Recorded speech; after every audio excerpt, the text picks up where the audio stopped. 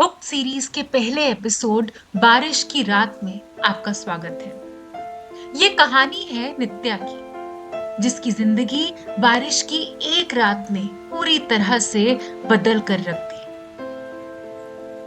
रात के सन्नाटे को चीरती हल्की बारिश की बूंदें सड़क पर गिर रही थी और हवा में ठंडक थी जो हड्डियों के अंदर तक घुस रही थी। नित्या ऑफिस की देर रात की मीटिंग से लौट रही थी। उसका मन उथल पुथल था, चेहरा परेशानियों का आईना बना हुआ था। उसकी साड़ी बारिश में भीगकर उसके बदन से चिपक गई थी। ठंड उसे अंदर तक जकड़ रही थी, लेकिन उसकी बेचैनी का कारण सिर्फ बारिश नहीं थी। उसके कदम रुक रुक कर आगे बढ़ रहे थे और उसके हाथ बार बार फोन को छू रहे थे। क्या उसे फोन करना चाहिए? हर बार वही सवाल और हर बार दिल के कोने से वही जवाब, नहीं, मत कर। वो जानती थी कि फोन उठाते ही दूसरी तरफ से गुस्से भरी आवाज सुनाई देगी। उसके पति का वही सवाल, आज फिर लेट? तुम ऑफिस में ही रुक जाया करो ना, घर आती है क्यों?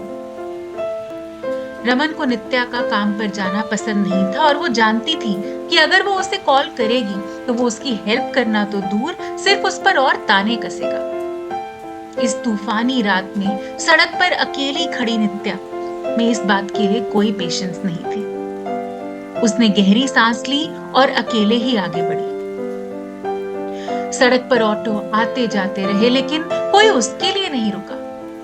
उसने साड़ी को थोड़ा ऊपर उठाकर बचाने की भी कोशिश की, लेकिन बारिश से बचने का कोई तरीका नहीं था।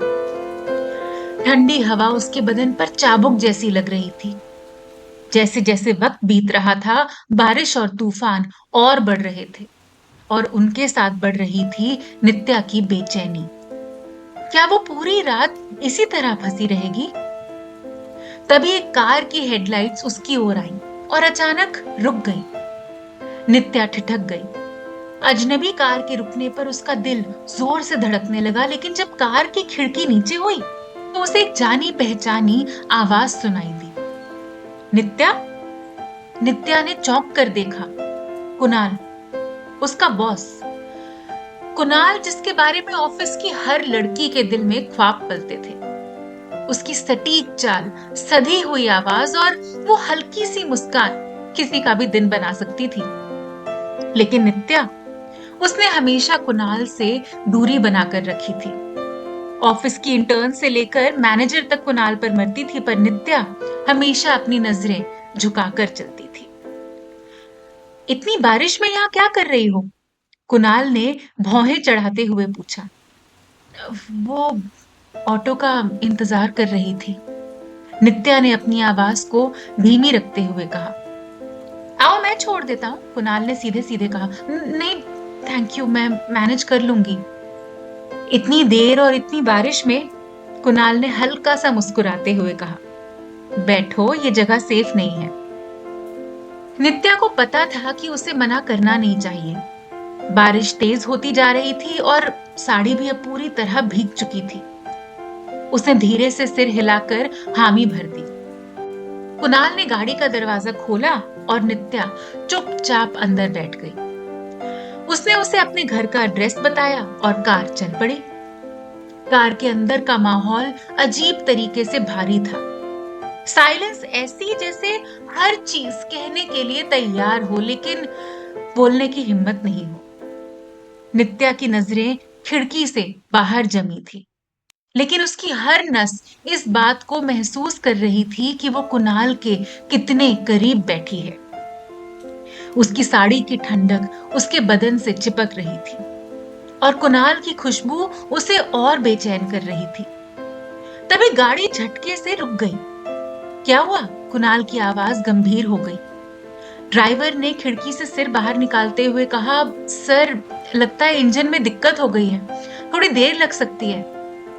नित्या का दिल और तेजी से धड़कने लगा। सुनसान सड़क, बारिश और ये अचानक की रुकावट, सब कुछ उसे और एंशियस कर रहा था।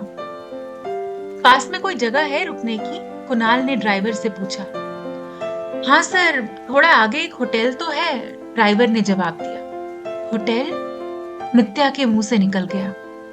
चिंता मत करो, कुणाल ने उसे समझाते हुए कहा। वहां से कैब के लिए ट्राई कर लेंगे। नित्या के पास कोई और ऑप्शन नहीं था, वो सहमते हुए तैयार हो गई। पर जैसे ही एक छाते के नीचे घबराते हुए दोनों किसी तरह होटल पहुंचे, वहां की रिसेप्शनिस्ट ने उन्हें देखते ही कहा, सॉरी, सारे रूम्स फुल हैं। कुणाल ने झुंझलाते हुए कहा, ठीक है, हम कहीं और देखते हैं।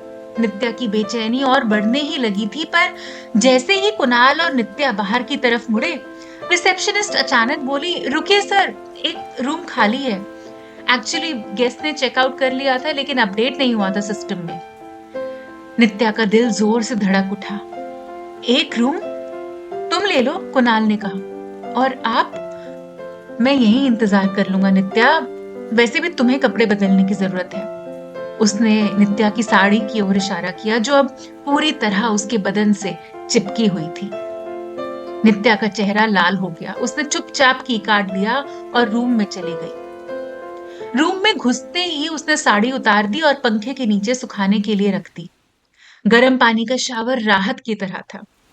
तौलिए में लिपटी वो बाथरूम से बाहर निकली और फाइनली थोड़ा रिलैक्स करने ही लगी थी कि अचानक बिजली चली गई। अंधेरा, चारों तरफ घुप अंधेरा और सन्नाटा। नित्या के अंदर का डर एक तूफान बनकर उठने लगा। उसे बचपन से ही अंधेरे से बहुत डर लगता था। उसने ना आओ देखा न ताओ और कमरे से बाहर भागी, लेकिन निकलते ही कॉरिडोर में किसी से टकरा गई। अरे संभलकर, आवाज आई और फिर फोन की फ्लैशलाइट जली। नित्या ने ऊपर देखा। कुणाल। क्या हुआ, सब कुछ ठीक है? कुणाल की आवाज में हल्की चिंता थी। वो डर लग रहा था, नित्या ने धीरे से कहा। एक सेकंड के लिए कुणाल जैसे उसे देखता ही रह गया। उसकी आंखों में जैसे नित्या के लिए एक नई सॉफ्टनेस थी, एक नया कंसर्न। वो तुम्हारे लिए कैब मिल गई, मैं बुलाने आया था। दोनों के बीच कुछ पल के लिए खामोशी थी। बारिश की आवाज और हल्की रोशनी में उनकी सांसें और गहरी हो गईं। नित्या की आंखें कुणाल की आंखों में जाकर ठहर गई और उससे पहले कि वो खुद को रोक पाती, दोनों के बीच का फासला मिट गया। उनके होंठ एक दूसरे से टकराए।